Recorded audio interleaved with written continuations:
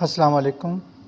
دعا ایسی پوشیدہ انسانی قوت کا نام ہے جو پتھر سے چشمے، آسمان سے من و سلوہ اور آگ کو گلزار بنا دیتی ہے۔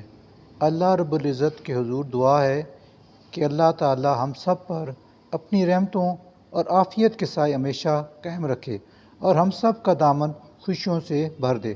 اے مالک الملک، بیماروں کو شفا، بے اولادوں کو نیک اولاد اور نرینہ اولاد عطا فرما، اور اپنے بے روزگاروں کو بہتر روزگار اور بے سہاروں کو سہارا عطا فرما۔